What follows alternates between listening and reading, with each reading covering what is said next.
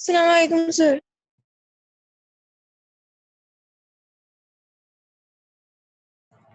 ওয়ালাইকুম আসসালাম ওয়া রাহমাতুল্লাহ। লামিয়া এসেছে। জি স্যার। আচ্ছা,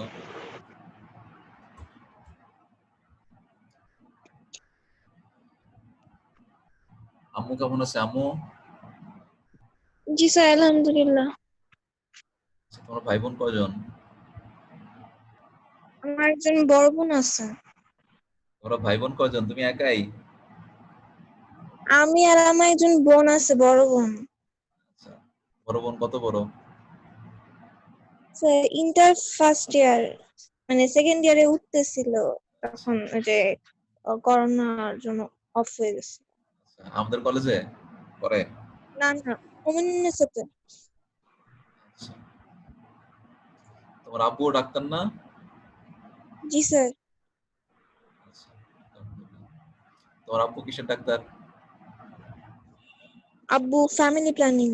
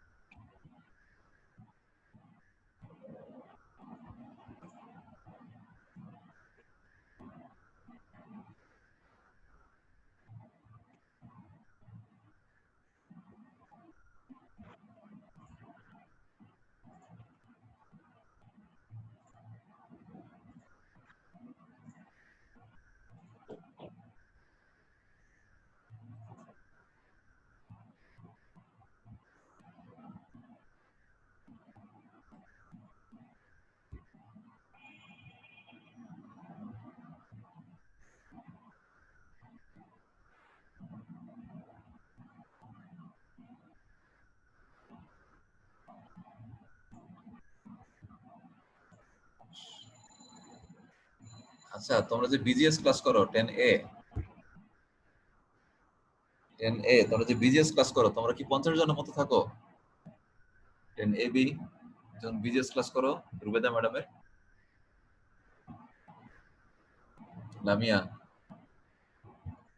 জি স্যার। যখন রুবেদা ম্যাডামের বিজিএস ক্লাসটা করো তখন জি ক্লাসে স্যার। কেমন থাকে স্টুডেন্ট? কতজনের মতো থাকে? তখন অনেকজন ছিল, আমি ঢুকছিলাম, গুনি নাই স্যার, কিন্তু বেশ অনেকজন ছিল, অনুমান দেখছিলাম। করে বলতে পারবা? জি স্যার। অনুমান করে বলতে পারবা কতজন হয়? স্যার 30-35-এর মতো ছিল। সবচেয়ে বেশি বেশি ক্লাস করে রুবেদা ম্যাডামের, তাই না? জি স্যার।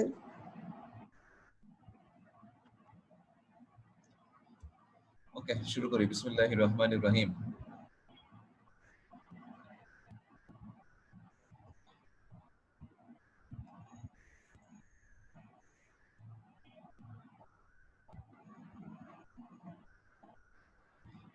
লামিয়া তো মনে করো আমাকে হোমওয়ার্ক দাও নাই।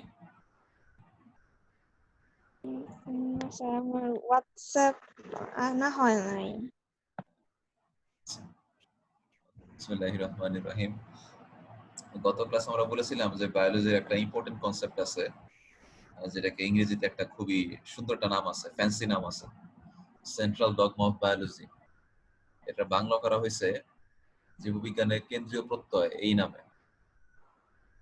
তো ব্যাপারটা বলতে কি বোঝায়? ব্যাপারটা বলতে আসলে বোঝায় যে ডিএনএ তো সরাসরি ভাবে আমাদের দেহের মধ্যে বৈশিষ্ট্য প্রকাশ করে না, কতগুলো ধাপে ধাপে বৈশিষ্ট্য প্রকাশ করে। আমরা বলি যে ডিএনএ হচ্ছে আমাদের সকল বৈশিষ্ট্যের নিয়ন্ত্রক। এখন কিভাবে নিয়ন্ত্রণ করে? আচ্ছা, আমার ভয়েস কি ঠিক আছে না বেশি শো শো শব্দ শোনা যাচ্ছে? ঠিক আছে। ঠিক আছে। আচ্ছা, না আমি ফ্যানের নিচে বসে আছি তো আমার কাছে মনে হচ্ছে হয়তো ফ্যানের বেশি আওয়াজ হয় কিনা। তো ডিএনএ তো সরাসরি বৈশিষ্ট্য নিয়ন্ত্রণ করে না, ধাপে ধাপে বৈশিষ্ট্যগুলো প্রকাশিত হয় কিভাবে? যে ডিএনএ থেকে এমআরএনএ তৈরি হয়।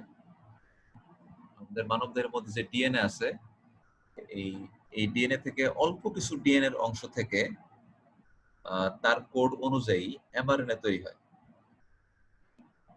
এমআরএনএ কেমন তৈরি হবে? ধরো আমার কাছে একটা সিকোয়েন্স আছে, এটিজিসি এটিজিসি এটিজিসি, এতটুকু একটা সিকোয়েন্স আছে।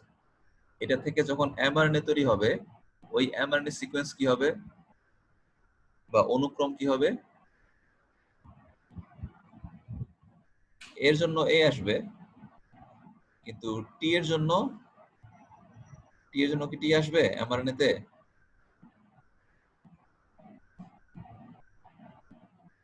আসবে কিনা কথাগুলো বুঝতেছে না। টি এর জন্য কি টি আসবে এমআরএনএ তে? ডিএনএ টি, আর এমআরএনএ তো কি টি আসবে?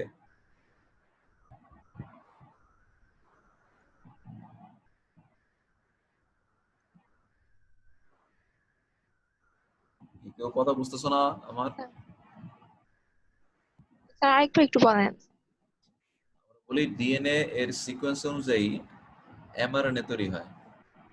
এখন তো মানবদের ভিতরে অনেক লম্বা ডিএনএ আছে, এই পুরো ডিএনএ থেকে কিন্তু এমআরএনএ তৈরি হয় না, এর অল্প কিছু ডিএনএ এর অংশ থেকে এমআরএনএ তৈরি হয়। এখন আমি তোমাকে একটা ছোট সিকোয়েন্স দিলাম, এটিজিসি, এটা ডিএনএ সিকোয়েন্স। এটিজিসি এই সিকোয়েন্স অনুযায়ী এমআরএনএ তৈরি হবে। ওই এমআরএনএ এর সিকোয়েন্সটা কি হবে? এটিজিসি হবে না ভিন্ন কিছু হবে? স্যার ডিএনএ তে তো টি থাকে না কি হবে তাহলে? স্যার, ওই যে ইউ। এইউজিসি, হ্যাঁ, ওটুকুর জন্য এইউজিসি পাওয়া যাবে, একটা এমআরএনএ সিকোয়েন্স পাওয়া যাবে। পরে সেই এমআরএনএ সিকোয়েন্সটা তার কোড অনুযায়ী, তার নির্দেশনা অনুযায়ী, তার মধ্যে যে কেমিক্যাল গুলো আছে তার কেমিক্যাল সিকোয়েন্স অনুযায়ী নির্দিষ্ট রকমের প্রোটিন তৈরি হয়, এবং পরবর্তী সেই প্রোটিন গুলো দেহের বিভিন্ন জায়গায় চলে যায় এবং পরবর্তীতে দেহের বিভিন্ন বৈশিষ্ট্য প্রকাশ করে। তো এইভাবে ডিএনএ সরাসরি ভাবে বৈশিষ্ট্য প্রকাশ করে না, কিন্তু ধাপে ধাপে আরএনএ এবং প্রোটিন তৈরি করার মাধ্যমে আলটিমেটলি বৈশিষ্ট্য প্রকাশ করে। তো এই কনসেপ্টটার নামটা হচ্ছে, ইংরেজিতে বলা হয় সেন্ট্রাল ডগমা অফ বায়োলজি। বিজ্ঞানীরা যখন বুঝতে পারলেন যে ডিএনএ থেকে ডিএনএ কিভাবে আলটিমেটলি বৈশিষ্ট্য প্রকাশ করে, এই কনসেপ্টটাকে নাম দেওয়া হয়েছে জীববিজ্ঞানের কেন্দ্রীয় প্রত্যয়। এই কথাটা তোমরা কলেজ লেভেলে গেলে পাবা।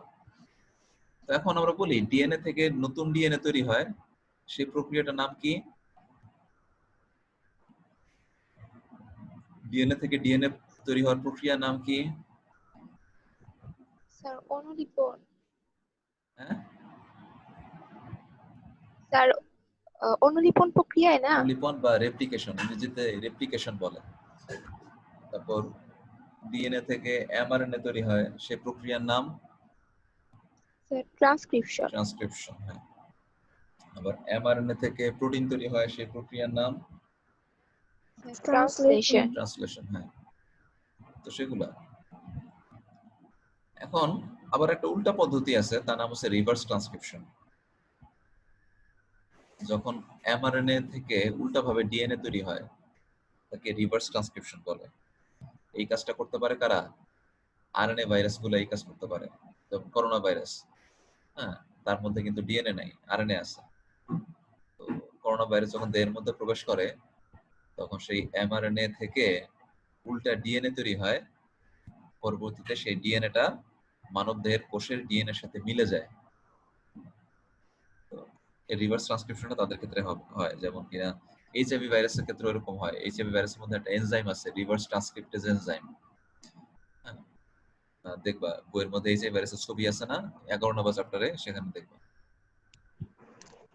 স্যার যে কোনো ভাইরাসে আক্রান্ত হলে কি ভাইরাসের আরএনএটা রিভার্স ট্রান্সক্রিপশনের মাধ্যমে ডিএনএ তে পরিণত হয়? যেসব ভাইরাস আরএনএ ভাইরাস, সেগুলোর মধ্যে রিভার্স ট্রান্সক্রিপ্টেজ এনজাইমটা থাকে। আচ্ছা। তো পরবর্তীতে স্যার কি হয়? অন্যান্য আরএনএ এর মধ্যে থাকে না?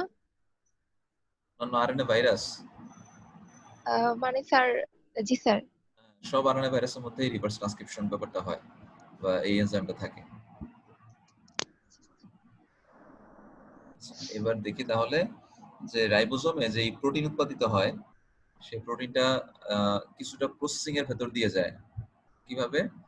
এন্ডোপ্লাজমিক রেটিকুলাম এবং গলগি বডি, এই দুইটা অঙ্গাণুর ভেতর দিয়ে যখন যায় তখন সেই প্রোটিনটার মধ্যে অনেক মডিফিকেশন হয়, পরবর্তীতে নির্দিষ্ট স্থানে চলে যায়। এইভাবে সে নির্দিষ্ট একটা ফাংশনাল প্রোটিন তৈরি করে। এরপর আমরা কয়েকটা কনসেপ্টের কথা বলি। জিন কাকে বলে, কয়েকটা সংজ্ঞা শিখে নেই। জিন হচ্ছে ডিএনএ এর কতিপয় খণ্ড, যেটা নিউক্লিয়াস বা ক্রোমোজোমের ভেতরে থাকে, এবং সেই কতিপয় খণ্ড কি করতে পারে, প্রোটিন তৈরি করার মাধ্যমে দেহের বিভিন্ন বৈশিষ্ট্য প্রকাশ করে। তো এরকম প্রত্যেকটা খণ্ডকে একটা একটা করে জিন বলে। কথা বোঝা যাচ্ছে? মানে কি স্যার, যে লাল রঙের একটা দিয়ে 11 নম্বর, ওটা কি প্রতিটা খণ্ডকে একটা জিন বলে? হ্যাঁ, প্রত্যেকটা খণ্ড একটা জিন বলে। মানবদের মধ্যে এরকম অসংখ্য জিন আছে। এই পর্যন্ত এখানে দেখানো হচ্ছে মানবদের ক্রোমোজোম কয়টা, 23টা। হ্যাঁ, 22, 23, ওই যে এক্স ক্রোমোজোম আছে, আবার ওয়াই ক্রোমোজোমটাও আছে। 24টা ক্রোমোজোমের ছবি এখানে দেখানো হয়েছে। আর আরেকটা হচ্ছে মাইটোকন্ড্রিয়াল ডিএনএ, একদম লাস্টে দেখতে পাচ্ছ এমটি, জি স্যার। মানে মাইটোকন্ড্রিয়ার মধ্যে তো ডিএনএ থাকে সেটা। তো এই সব ডিএনএ মিলায়ে, এই সবগুলো ক্রোমোজোম মিলায়ে দেখা যায়, বা মানবদের পুরো নিউক্লিয়াসের ভেতরে যে ক্রোমাটিন জালিকা আছে, এর মধ্যে এই পর্যন্ত বিজ্ঞানীরা 30,000 জিন আইডেন্টিফাই করছে। এর বাইরেও থাকতে পারে। এই পর্যন্ত 30,000 জিন আইডেন্টিফাই করা হয়েছে, যে বিজ্ঞানীরা জানেন যে এই 30,000 পার্ট থেকে 30,000 রকমের প্রোটিন তৈরি হয়। এই 30,000 পার্ট থেকে 30,000টা এমআরএনএ খণ্ড তৈরি হয়, এবং পরবর্তীতে 30,000 প্রোটিন তৈরি হয়। এর এর বেশিও হইতে পারে। এই পর্যন্ত 30,000 আইডেন্টিফাই করা গেছে। তো এই প্রত্যেকটা ডিএনএ এর টুকরাকে, যেখান থেকে আসলে একটা করে প্রোটিন তৈরি হয়, সে প্রত্যেকটা পার্টকে একটা করে জিন বলে। এরকম অসংখ্য জিন আছে। বেগুনি বেগুনি গুলো কি? বেগুনি বেগুনি গুলো বলতে পারছি না, জানা নাই। যেমন কিনা আমরা বলি যে মানবদের মধ্যে ইনসুলিন একটা হরমোন, তাই না? তো আলটিমেটলি এটা কিন্তু একটা প্রোটিন, সবগুলোই প্রোটিন। তো ইনসুলিন একটা জিন, ইনসুলিন প্রোটিনটার জন্য একটা জিনের একটা ডিএনএ টুকরা রেসপন্সিবল। সেই ডিএনএ টুকরাটাকে আমরা জিন বলি, ইনসুলিনের জিন। তো মানবদের এই ইনসুলিন জিনটা কোথায় থাকে? বিজ্ঞানীরা দেখছেন যে আমাদের 11 নম্বর ক্রোমোজোমের ছোট বাহু, যেটা পি বাহু, 11 নম্বর ক্রোমোজোমটা এখানে বড় করে দেখানো হয়েছে। 11 নম্বর ক্রোমোজোমটা এখানে শোয়াই দিছে। এখন দেখো এই যে মাঝখানের এই পার্টটা হচ্ছে সেন্ট্রোমিয়ার, সংকুচিত জায়গাটা। লেফট সাইডে একটা বাহু আছে, ডান আর রাইট সাইডে একটা বাহু আছে। এখন কোন বাহুটা ছোট? বাম দিকের বাহুটা ছোট না? বাম দিকের বাহুটা ছোট, তাহলে এটা হচ্ছে পি। হ্যাঁ, তো এই জন্য বলে এটার অবস্থানটা কোথায়? 11P, 11 নম্বর ক্রোমোজোমের পি বাহুতে আছে। বলেন, বুঝি নাই। বলছি যেটা, যে ইনসুলিনের জিনটা কোথায় থাকে? 11 নম্বর ক্রোমোজোমে কোন বাহুতে? পি বাহুতে না কিউ বাহুতে? পি বাহু। হ্যাঁ, পি বাহুর ঠিক এই জায়গাটাতে একটা লোকেশন সেট করা, 15.5। এই জায়গাটার মধ্যে, একদম প্রথম দিকের এই অংশটার মধ্যে এই জিনটা পাওয়া যায়। কথা বুঝেছ? আচ্ছা, তো এটা হচ্ছে আমার ইনসুলিন জিনের অবস্থান। এখন এর পাশে আরেকটা জিন থাকে, দেখো এটা এর কাছাকাছি জায়গায়, ওই 11 নম্বর ক্রোমোজোম, ওই পি বাহুর মধ্যেই, তবে একটু ভিন্ন জায়গায়, একটু ডান দিকে, তাই না? এখানে একটা জিন থাকে, যেমন এটা হচ্ছে বিটা গ্লোবিন জিন। বিটা গ্লোবিন জিন, এটার কাজ কি? এই বিটা গ্লোবিন জিনটা যদি সঠিক হয়, তাহলে এটা এই আমাদের নরমাল হিমোগ্লোবিন তৈরি করতে পারে, আমাদের লোহিত রক্তকণিকাগুলো ঠিক হয়। আর যদি এই বিটা গ্লোবিন জিনটা ত্রুটিপূর্ণ হয়, তাহলে মানুষের থ্যালাসেমিয়া তৈরি হয়। তো এরকম ভাবে প্রত্যেকটা বৈশিষ্ট্যের জন্য আমাদের দেহের মধ্যে, আমরা বাইরে থেকে দেখি বা না দেখি, প্রত্যেকটা বৈশিষ্ট্যের জন্য একটা একটা করে এই ডিএনএ টুকরা বা জিন এর জন্য দায়ী। হ্যাঁ, তো কথাটা বোঝা গিয়েছে তো জিন আমরা কাকে বলি? এরপর বলছি যে লোকাস কাকে বলে। লোকাস হচ্ছে ক্রোমোজোমের যে স্থানে একটি জিন অবস্থান করে, ক্রোমোজোমের সেই স্থানটিকে উক্ত জিনের লোকাস বলে। যেমন দেখতে পাচ্ছি যে বিটা গ্লোবিন জিন, এই জিনটা কোথায় থাকে? 11 নম্বর ক্রোমোজোমের পি বাহুর একটা নির্দিষ্ট জায়গায় থাকে, সেটাকে নাম দেওয়া হয়েছে 15.4। এই নেমিং সিস্টেমটা আমি ঠিক মতো বুঝি না যে 15.4 কেন বলছে। তবে 11p এটা দিয়ে বোঝা যায় 11 নম্বর ক্রোমোজোমের পি বাহুতে একটা নির্দিষ্ট জায়গায় থাকে, এই জায়গাটা পাওয়া যায়। তো এটাকে বলে লোকাস। তার মানে হচ্ছে সকল মানুষের ক্রোমোজোম যদি নাও, সবার মধ্যেই বিটা গ্লোবিন জিনটা ঠিক এখানেই পাওয়া যাবে, ঠিক এই ক্রোমোজোমের এই জায়গাতেই পাওয়া যাবে, এটা নির্দিষ্ট। তারপর অ্যালিল কাকে বলে? অ্যালিল অ্যালিল হচ্ছে হোমোলোগাস ক্রোমোজোমের একই স্থানে অর্থাৎ একই লোকাসে অবস্থানকারী দুটো জিনকে পরস্পরের অ্যালিল বলে। এটা কি জিনিস? আমরা বলি এই মানবদের মধ্যে ক্রোমোজোমের সেট কয়টা? কয় সেট ক্রোমোজোম থাকে আমাদের দেহে? কয় সেট ক্রোমোজোম? 23 জোড়া না? 23 জোড়া। হ্যাঁ, 23 জোড়া, মানে 2 সেট। 2 সেট, হ্যাঁ। একটা সেট বাবার কাছ থেকে আসছে আর একটা সেট মায়ের কাছ থেকে আসছে। আচ্ছা, তার মানে আমার দেহের মধ্যে এরকম 23 সেট ক্রোমোজোম আছে। মানে এই বাম দিকে দেখতে পাচ্ছি একদম বামে 1 নম্বর ক্রোমোজোম। এই 1 নম্বর ক্রোমোজোমটা বাবার কাছ থেকেও পেয়েছি, মার কাছ থেকেও পেয়েছি। 2 নম্বর ক্রোমোজোম বাবার কাছ থেকে, মার কাছ থেকে। এভাবে একদম 22 নম্বর ক্রোমোজোম পর্যন্ত বাবার কাছ থেকেও পেয়েছি একটা করে, মার কাছ থেকেও পেয়েছি একটা করে। তারপর এক্স ক্রোমোজোমটা বাবার কাছ থেকে, এক্স ক্রোমোজোমটা মার কাছ থেকে পেয়েছি, আর ওয়াই ক্রোমোজোমটা বাবার কাছ থেকে পেয়েছি। এইভাবে 46টা ক্রোমোজোম আমার ফুলফিল হয়ে গেছে। এখন এই 1 নম্বর ক্রোমোজোম যে দুইটা আছে, 1 নম্বর ক্রোমোজোম দুইটা আছে, একটা বাবার কাছ থেকে পাওয়া, একটা মার কাছ থেকে পাওয়া। এই দুইটা ক্রোমোজোমকে বলে হোমোলোগাস ক্রোমোজোম। হোমোলোগাস কেন বলে? তারা দেখতে, শুনতে, আকারে, আকৃতিতে একই রকমের। বাবার কাছ থেকে 1 নম্বর ক্রোমোজোমটা যেটা পাইছি সেটা একটা দৈর্ঘ্য আছে, সেটার দৈর্ঘ্য, আর মার কাছ থেকে যেটা পাইছি সেটার দৈর্ঘ্য একই রকম। 1 নম্বর ক্রোমোজোমে মনে করো কথার কথা 5000 জিন আছে, বাবার কাছ থেকে যেটা পাইছি সেখানেও 5000 জিন আছে, মার কাছ থেকে যেটা পাইছি সেখানেও 5000 জিন আছে, এরকম। তো এই দুইটা ক্রোমোজোমকে বলি হোমোলোগাস ক্রোমোজোম। তো এই হোমোলোগাস ক্রোমোজোমে দুইটা জিনকে পরস্পরের অ্যালিল বলে।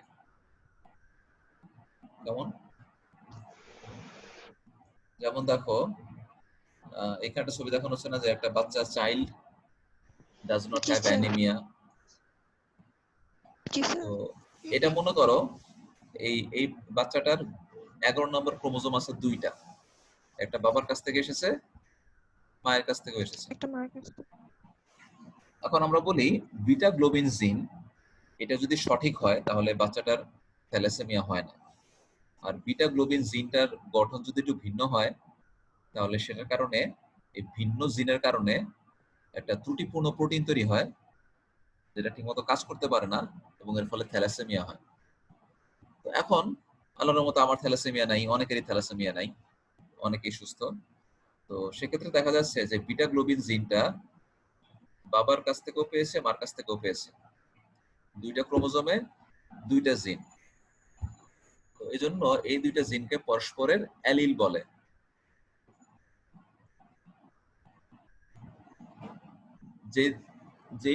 যে দুইটা জিন একই কাজের জন্য রেসপন্সিবল, একটা বাবার কাছ থেকে এসেছে, একটা মার কাছ থেকে এসেছে, ওই দুইটা জিনকে পরস্পরের কি বলা হয়? অ্যালিল বলা হয়।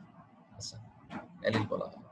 এখন এই দুইটা অ্যালিল একই রকমের হতে পারে অথবা ভিন্ন রকমের হতে পারে।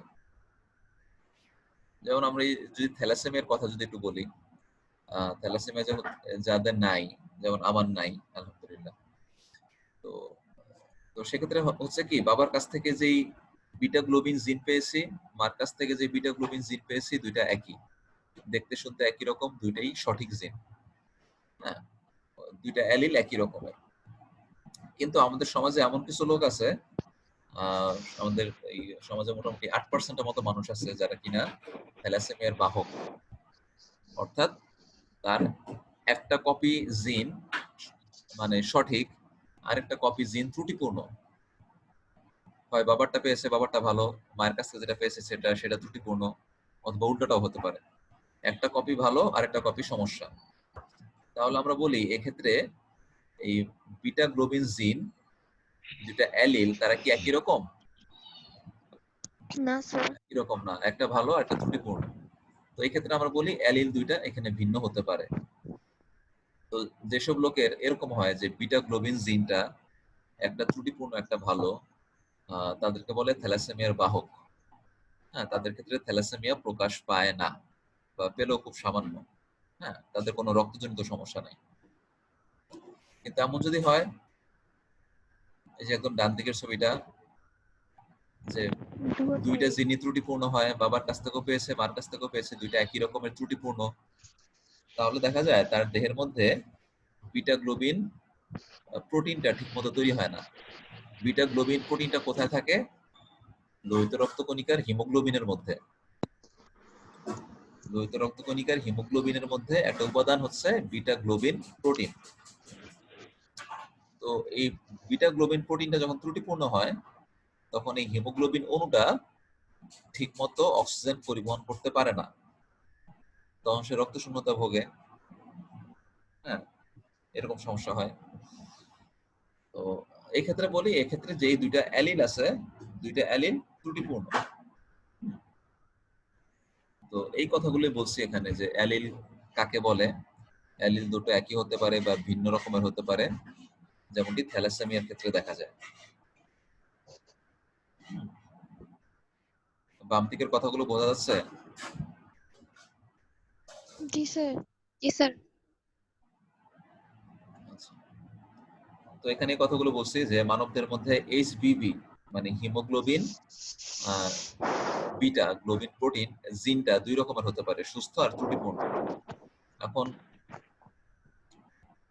যেটা হয় বলেছিলাম যে আমাদের সমাজের মধ্যে প্রায় 8% মানুষ আছে যাদের এই থ্যালাসেমিয়া বাহক, থ্যালাসেমিয়া ক্যারিয়ার। তো এখন তো অনেক মানুষ আছে ওই 8% মানুষের মতো, সমাজে 100 জন মানুষের মধ্যে 8 জন মানুষ যাদের কোনো সমস্যা নাই, বাইরে থেকে দেখতেও ভালো দেখা যায়, কিন্তু তাদের মধ্যে একটা জিন ভালো আর একটা জিন ত্রুটিপূর্ণ। এখন যে মানুষের মধ্যে একটা জিন ত্রুটিপূর্ণ থাকে, একটা জিন ভালো থাকে, সেক্ষেত্রে কোন জিনটা কাজ করবে বলতো? কোন জিনটা কাজ করবে, মানে কোন জিনটা থেকে প্রোটিন বুঝি তৈরি নাই, হবে? আরেকবার একটু বলেন। বলছি একটা থ্যালাসেমিয়ার বাহক মানুষ, ক্যারিয়ার, এই যে দেখতে পাচ্ছি ফাদার, ফাদারের মধ্যে স্যার এক ভালো জিনটা কাজ করবে মনে হয়। সাধারণত ভালো জিনগুলাই কাজ করে, যে জিনগুলা এই সঠিক সুস্থ জিন, সেই জিনগুলাই কাজ করে, সেই জিনগুলো থেকে প্রোটিন তৈরি হয়। আর সাধারণত যে জিনগুলা ত্রুটিপূর্ণ থাকে সেগুলা অফ থাকে, সেগুলা কাজ করে না, সেগুলো থেকে প্রোটিন তৈরি হয় না। তাহলে স্যার সে বাহক কিভাবে হলো যখন মানে জিন যাওয়ার কথা তখনও ভালোটা গেল না কেন? জিন তো ট্রান্সফার হয়, জিন তো বাবার কাছ থেকে আসবে, মার কাছ থেকে আসবে, কিন্তু কাজ হ্যাঁ করবে কোনটা? তাহলে কাজ করবে ইউজুয়ালি কাজ ভালোটা, করে কিন্তু ভালোটা। পরে জিন ট্রান্সফার হওয়ার সময় খারাপটা যায়। জিন ট্রান্সফার সবই হবে, ভালো দুইটা ভালো জিনও ট্রান্সফার হবে, দুইটা খারাপ জিনও ট্রান্সফার হবে, বাবার কাছ থেকে আসবে, মার কাছ থেকে আসবে, সব জায়গা থেকে আসবে। আচ্ছা। বাবার কাছ থেকে আসবে, মার কাছ থেকে আসবে, ভালো হলে ভালো আসবে, ত্রুটিপূর্ণ হলে ত্রুটিপূর্ণ আসবে, কিন্তু কোনটা প্রকাশ পাবে? হ্যাঁ, সাধারণত ভালোটা প্রকাশ পায়, ভালো জিনটা প্রকাশ পায়। এই জন্য এই আমি বলি যে এরকম ভাবে যদি দুইটা অ্যালিল থাকে মানবদের ক্ষেত্রে, যে কোনো বৈশিষ্ট্যের ক্ষেত্রে সেটা হতে পারে, সুস্থ অ্যালিলটা সাধারণত প্রকট থাকে, মানে সেটা ডমিনেট করে, অন্যদেরকে ডমিনেট করে, সে প্রকাশ পায়। আর নরমালি ত্রুটিপূর্ণ জিনটা প্রচ্ছন্ন থাকে, অর্থাৎ প্রকাশ পায় না, রেসেসিভ বলে। এখন যে আচ্ছা কিনা থ্যালাসেমিয়ার বাহক, তার মধ্যে ভালো জিনটা অন থাকে আর খারাপ জিনটা অফ থাকে, তো তার মধ্যে জিন থাকলেও সেটা প্রকাশ পায় না। একইভাবে একটা মা, তার মধ্যে একই রকমের কথা যে একটা জিন ভালো আর একটা জিন ত্রুটিপূর্ণ, তার ক্ষেত্রে প্রকাশ পাচ্ছে না। তেমন ব্যাপারটা হইলো যে দুইজন থ্যালাসেমিয়া ক্যারিয়ারের মধ্যে বিয়ে হইলো, হ্যাঁ, দুজনই ভালো মানুষ, সুস্থ মানুষ। এখন কি হইতে পারে? এখন আমরা যদি ওই প্রবাবিলিটির অঙ্ক হিসাব করি, সম্ভাবনার অঙ্ক, হাইয়ের ম্যাথের সম্ভাবনা, হায়ার ম্যাথের সম্ভাবনার অঙ্ক যদি হিসাব করি, তাহলে দেখা যাবে যে তাদের 4টা বাচ্চার মধ্যে এমন চান্স আছে, মানে আউট অফ 4, 4টা ঘটনার মধ্যে ওই যে কেস, একজন সুস্থ। স্যাম্পল সাইজ বলো না, স্যাম্পল সাইজ না, ওই যে এই মোট 4টা ইভেন্ট, 4টা ঘটনা, 4টা ঘটনার মধ্যে বা 4টা বাচ্চার মধ্যে কি হইতে পারে? একটা বাচ্চার মধ্যে 2টা ভালো জিন আসবে, সে সুস্থ। আর 2টা বাচ্চার মধ্যে কি হবে? একটা ভালো জিন, বাহক একটা হবে। ভালো খারাপ একটা জিন, বাহক, হ্যাঁ, একটা ভালো একটা এফেক্টেড এরকম। আর আর একটা দুটোই বাচ্চার দুটোই সম্ভাবনা হচ্ছে আক্রান্ত। যার মধ্যে 2টা খারাপ জিনিস চলে আসবে। এখন যার মধ্যে 2টা খারাপ জিনিস চলে আসে, তার তো আর কোনো রাস্তা নাই, তার তো আর কোনো উপায় নাই। সেক্ষেত্রে ওই বাধ্য হয়ে ওই ত্রুটিপূর্ণ জিনটাই তার ক্ষেত্রে এক্সপ্রেস করবে।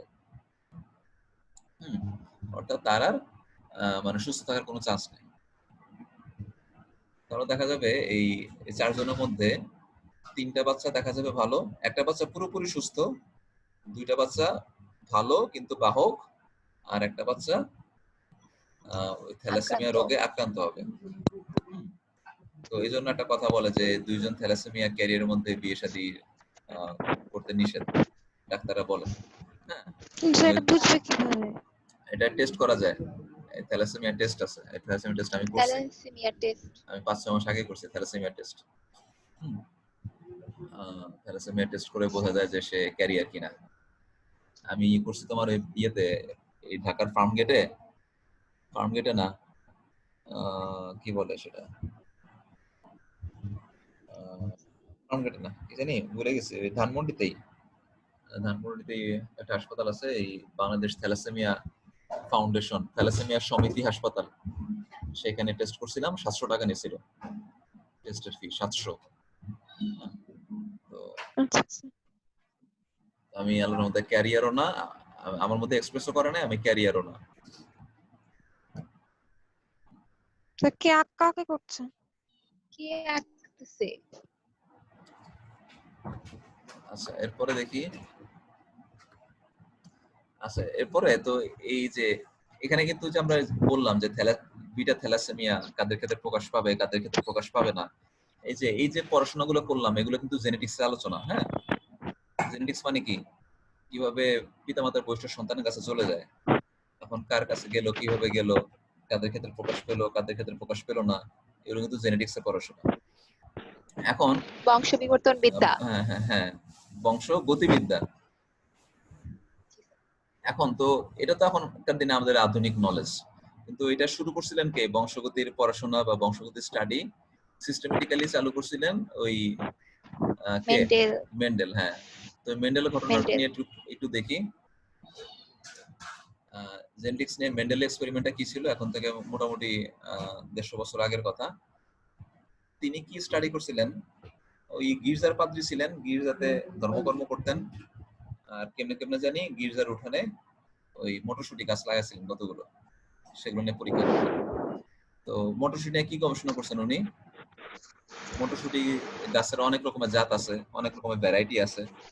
তো তিনি করলেন যেটা লম্বা মটরশুটি, লম্বা মটরশুটি গাছের একটা জাত আর খাটো মটরশুটি গাছের একটা জাত নিলেন, নিয়ে করলেন কি, লম্বা মটরশুটি গাছের পরাগরেণুটা দিয়ে দিলেন খাটো মটরশুটি গাছের গর্ভমুণ্ডে দিয়ে দিলেন। তো এক গাছের পরাগরেণু আরেক গাছের গর্ভমুণ্ডে গিয়ে পড়লো। হ্যাঁ, তো এখন দেখা গেল যে উৎপাদিত মটর বীজ বুনে দেখা গেল সব গাছই লম্বা। ব্যাপারটা কেমন? বইয়ের মধ্যে এরকম একটা ছবি আছে। হ্যাঁ, তো এটা হচ্ছে লম্বা গাছ, এটা হচ্ছে খাটো গাছ। এখন তাদের মধ্যে ক্রসিং করা হইলো, দেখা গেল তার ওই গাছের মধ্যে যে বীজ হলো, সেই বীজগুলো মাটিতে লাগানোর পরে দেখা যায় সবগুলো গাছই লম্বা হয়। ছোট গাছ লম্বা হয়। মানে প্রথম বংশধর সবগুলো লম্বা, মানে পিতা পিতা লম্বা, মাতা খাটো, কিন্তু সন্তানগুলো সবই লম্বা। আচ্ছা, এই কথাটা বোঝানো হচ্ছে যে পিতা মাতা, তারপরে হচ্ছে মাঝখানে গ্যামেট। এই গ্যামেট কথাটা আমরা পরে আসবো, তখন তিনি গ্যামেট নামের বিষয়গুলো বুঝতেন না, জানতেন না। তো তিনি দেখলেন পিতা মাতা, পিতা লম্বা মাতা খাটো। তো F1 উদ্ভিদ, F1 বলতে বোঝায় যে ফার্স্ট জেনারেশন, লম্বা। হ্যাঁ, বা ফার্স্ট আচ্ছা। জেনারেশন মানে প্রথম বংশধর। হ্যাঁ, ছেলে মেয়েগুলো সব লম্বা, গাছ সব লম্বা, F1 উদ্ভিদ সবাই লম্বা। এখন এরপরে উনি করলেন কি, কারণ এই ক্ষেত্রে এরপরে কি হলো যে এখন এই প্রথম প্রজন্মের উদ্ভিদগুলা, সেগুলোর মধ্যে আবার ক্রসিং করলাম। প্রথম প্রজন্মের উদ্ভিদ যেগুলো F1 উদ্ভিদ ছিল সেগুলোর মধ্যে ক্রসিং করলাম, মানে এগুলো তখন হাইব্রিড উদ্ভিদ, তাই না? F1 গুলো হাইব্রিড না, মানে জি দুই স্যার। রকমের ভিন্ন জাতের মধ্যে ক্রসিং করে বানানো। এখন জি এই স্যার। এই হাইব্রিডের সাথে এই একটা একটা হাইব্রিডের পরাগরেণু আর একটা হাইব্রিডের গর্ভমুণ্ডে স্থানান্তর করে দিলাম। আচ্ছা, তাহলে কি হইলো?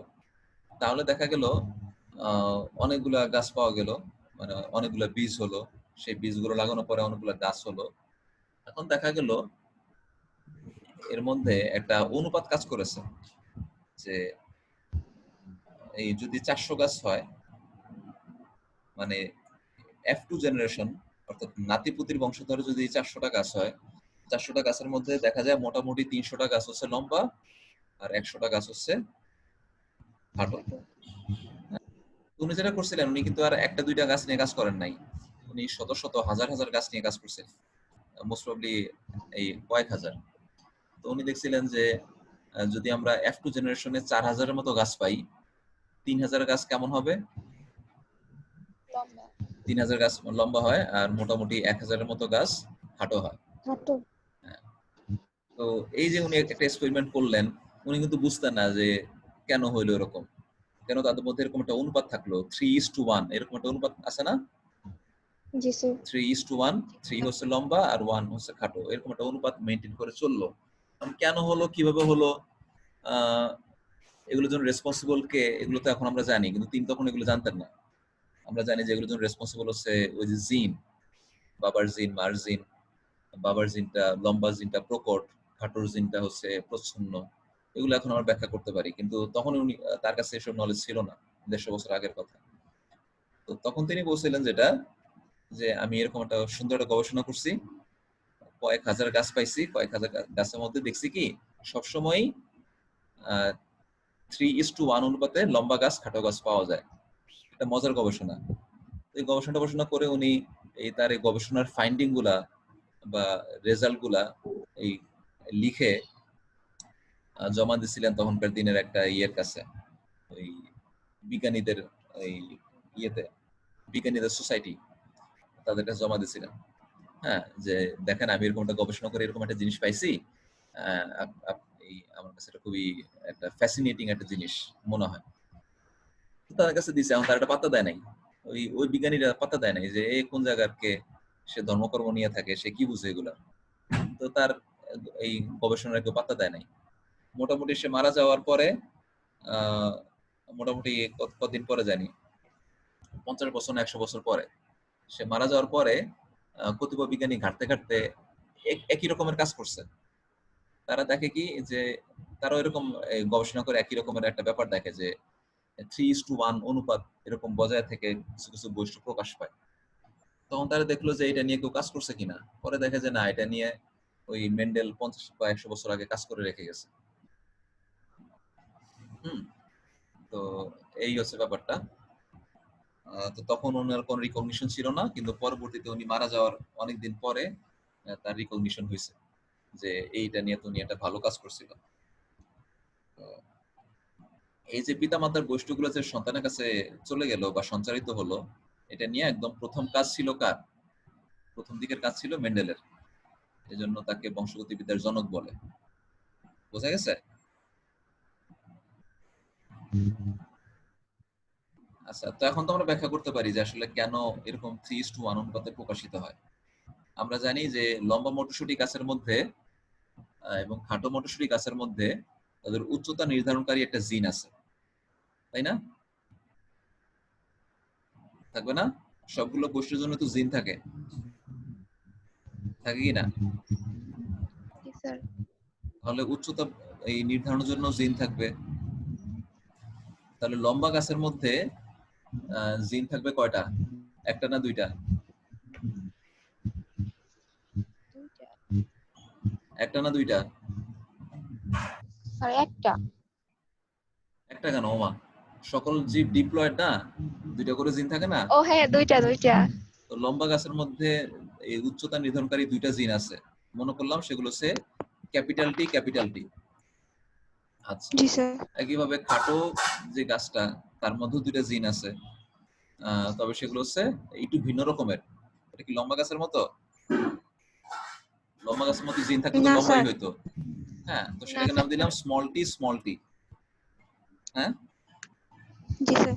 আচ্ছা, এখন এই এই দুইটা গাছ থেকে যখন পরাগরেণু তৈরি হয় বা ডিম্বাণু তৈরি হয়, তখন এই পরাগরেণুর মধ্যে যেই এই পরাগরেণুর মধ্যে যে জিনগুলো থাকবে তার মধ্যে সবসময় ক্যাপিটাল টি জিনটা থাকবে পরাগরেণুর মধ্যে, আর ডিম্বাণুর মধ্যে সবসময় কোন জিনটা থাকবে?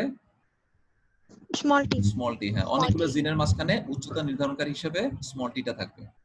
তো তুমি যেভাবেই করো দেখা যাবে যে F1 বংশধর পাওয়া যাবে, সেই F1 বংশধরে গাছগুলোর মধ্যে একটা উচ্চতার জিন হবে ক্যাপিটাল টি, আর একটা উচ্চতার জিন হবে স্মল টি। মানে একটা নির্ধারণ করবে লম্বা হওয়ার জন্য, একটা নির্ধারণ করবে খাটো হওয়ার জন্য, কিন্তু প্রকাশ পাবে কোনটা? Sir capital T. লম্বা হওয়ারটা ক্যাপিটাল প্রকাশ টি স্যার। পাবে, ক্যাপিটাল টি মানে লম্বা হওয়ার জিনটা প্রকাশ পায়। এই জন্য দেখা যায় F1 বংশধরে সবাই লম্বা হয়। স্যার এরকম কি কখনো হয় না ওই যে ক্যাপিটাল টি আর স্মল টি ক্রস করে খাটো হলো? ক্যাপিটাল টি আর স্মল টি ক্রস করে খাটো হলো না, প্রথম জেনারেশনে সম্ভব না। স্যার প্রথম আচ্ছা। জেনারেশনে কি স্মল টি সবসময় প্রচ্ছন্ন বৈশিষ্ট্যই প্রকাশ করবে? হ্যাঁ, যদি আমি দুটো পিওর হাইব্রিড নেই, পিওর ব্রিড নেই, তাদের মধ্যে ক্রস করলে প্রথম জেনারেশনে সবাই hybrid, capital T small tea. কিন্তু আবার এরপর আবার কেমনে পাই? এরপরে কিন্তু আবার স্মল টি পাই F2 জেনারেশনে, সেটা দেখতেছি। এখন কি করলাম আবার? এই যে F1 জেনারেশনে যেটা হাইব্রিড পাইলাম, capital T small tea, capital T small tea, এদের মধ্যে আবার সংকরায়ন করি বা হাইব্রিডাইজেশন করি। কি হবে?